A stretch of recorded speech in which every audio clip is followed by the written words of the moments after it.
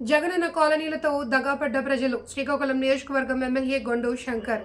శ్రీకాకుళం జిల్లా ఆంధ్రప్రదేశ్ రాష్ట్రం కేంద్ర ప్రభుత్వం మంజూరు చేసిన జగనన్న కాలనీల్లో ఇల్లు నిర్మాణంలో ప్రజలు పూర్తిగా దగాపడ్డారని శ్రీకాకుళం ఎమ్మెల్యే గొండు శంకర్ అన్నారు.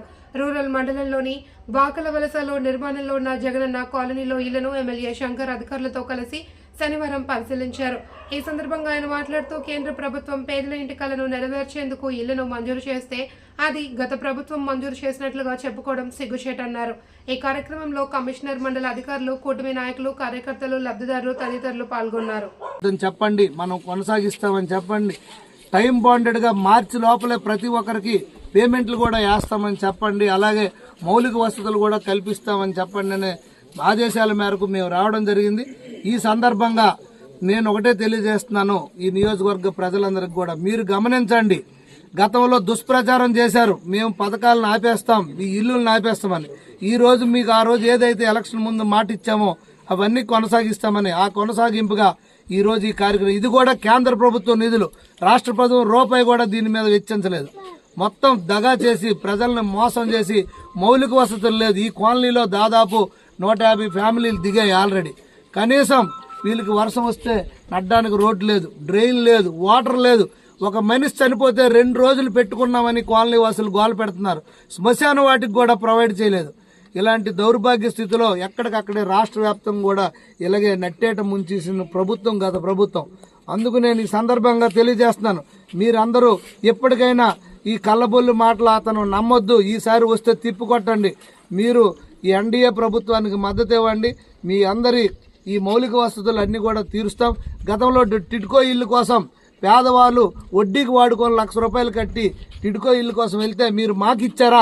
చంద్రబాబు నాయుడు గారికి ఇచ్చారు, చంద్రబాబు నాయుడు గారికి అడగమని చెప్పిన పరిస్థితి. గవర్నమెంట్లో అకౌంట్లో వేస్తే చంద్రబాబు నాయుడుకి ఎందుకు ఇస్తాం? ఇప్పుడు మీ అందరూ మాకు వచ్చి అడుగుతున్నారు, మీరు వెళ్ళి జగన్ రెడ్డికి పులివెందుల ఎమ్మెల్యేకి అడగండి అంటే అది ఎంతవరకు కరెక్ట్ అని నేను ఈ సందర్భంగా నేను తెలియజేసుకుంటూ, మేము అలాంటి దగాకోరు మాటలు, అలాంటి పనికిమాలిన దౌర్జన్య పనులు గట్రా మేము చెయ్యమని ఈ సందర్భంగా తెలియజేసుకుంటూ, మిమ్మల్ని అందరినీ ఆదుకుంటాం, ఈ కాలనీలన్నీ బాగు చేస్తాం, మీకు మౌలిక వసతులు కల్పిస్తాం. మీ ఇల్లులు పూర్తి చేయని వారందరూ కూడా త్వరితగతిన పూర్తి చేయండి. మేము మీకు పూర్తిగా ప్రతి రూపాయితో సహా మార్చి లోపలే బిల్లులన్నీ చెల్లిస్తామని కూడా ఈ సందర్భంగా నేను తెలియజేసుకుంటూ అందరికీ నమస్కారం. 100 రోజులైంది. ఎంత నిజాయితీగా ఈవేళ ఇక్కడికి వచ్చాం. ఈవేళ మీకు ఈ ఇల్లులు కట్టండి. మార్చి లోపల ఎవరైనా డెడ్ లైన్ ఇస్తారా? మీ బిల్లులు ఎప్పుడో ఇస్తాం అన్నట్లే. మార్చి 31 లోపల ప్రతి రూపాయితో సహా మీకు చెల్లిస్తాం. మీరు కట్టండి. మీరందరూ ఇల్లులు కట్టుకోండి, బాగు చేసుకోండి. కట్టకపోతే మళ్ళీ డబ్బులు రావు.